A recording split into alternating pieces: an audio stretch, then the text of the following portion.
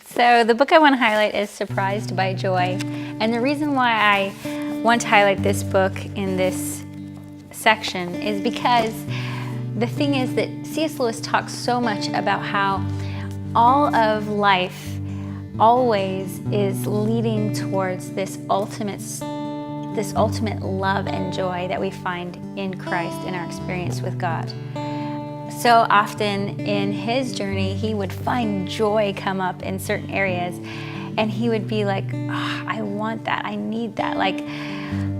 As soon as he would experience it, it would be gone, and he would long for it again. And he speaks about that in a certain section of this book, like back towards the end. He speaks about how as soon as you reflect on an experience, you're no longer experiencing it anymore. You're reflecting on it. So it's like if you're kissing someone, but then you're thinking about kissing them, you're no longer in the experience. You're outside and you're analyzing it. And he says this is what happens with every joy. We have a joy, we experience it, and then we step back and look at it, and we're no longer in it anymore. And he's like, why can't we keep it? Like, what is this? And he was saying how everything in life is pointing to God himself. It's like we taste the joy and we want something of it, but we can't have it. So he says, the discovery flashed a new light back on my whole life. I saw that all my waitings and watchings for joy, all my vain hopes to find some mental content on which I could, so to speak, lay my finger and say, that is it, and had been a futile attempt to contemplate the enjoyed. All that such watching and waiting ever could find would be either an image or a quiver in the diaphragm. I should never have to bother again about these images or sensations. I knew now that they were merely the mental track left by the passage of joy, not the wave, but the wave's imprint on the sand. The inherent dialect of desire itself had in a way already shown me this, for all images and sensations, if idolatrously mistaken for joy itself, soon honestly confessed themselves inadequate. Everything said at the last resort, it's not I am only a reminder. Look, what do I remind you of? And in this way, he's explaining that all along, every experience he had with joy was always pointing to something else, something greater. So in the end, he finds it.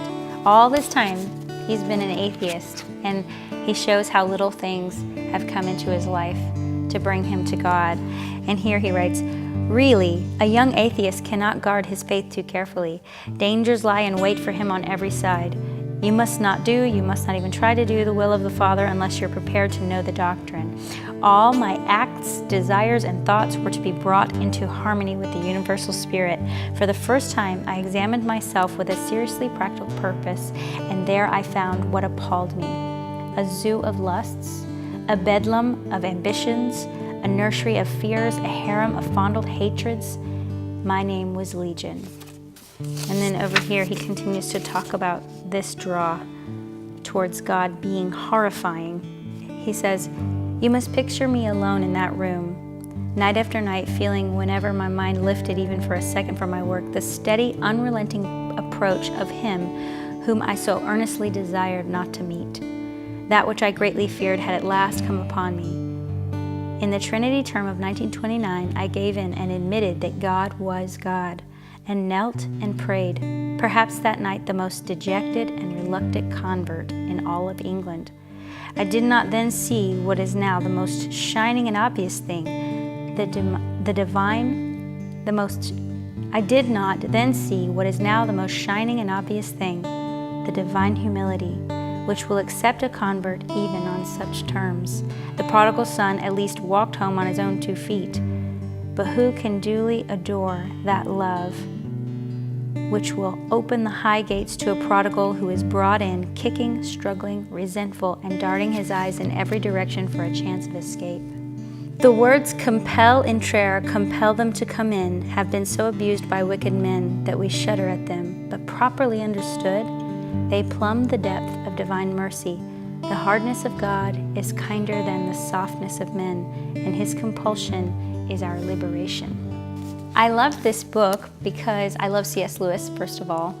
It was just interesting to me how he explained that everything in life points to God, and how that so much of what he writes in here describes my own reluctance as well to embrace a God who would interfere with my life, and then how when I encountered him, it wasn't like I needed him to be the way I wanted. There was no sense of I could make God into anything I wanted. No, I had a fear of God, like, oh my gosh, there is a God, and he's actually addressing me. He wants to know me. He wants to talk to me. Like, he does know me, but it was like, oh my gosh, there is a God, and I've been an atheist, and I've been horrible, and how could I ever face him? And all along, he's waited to give me this embrace and this forgiveness and invite me in to be his daughter and show me that all I've ever desired all along has been him. And when I've been restless and empty, it's because I haven't been connected with him. So I love that about this book, Surprised by Joy by C.S. Lewis.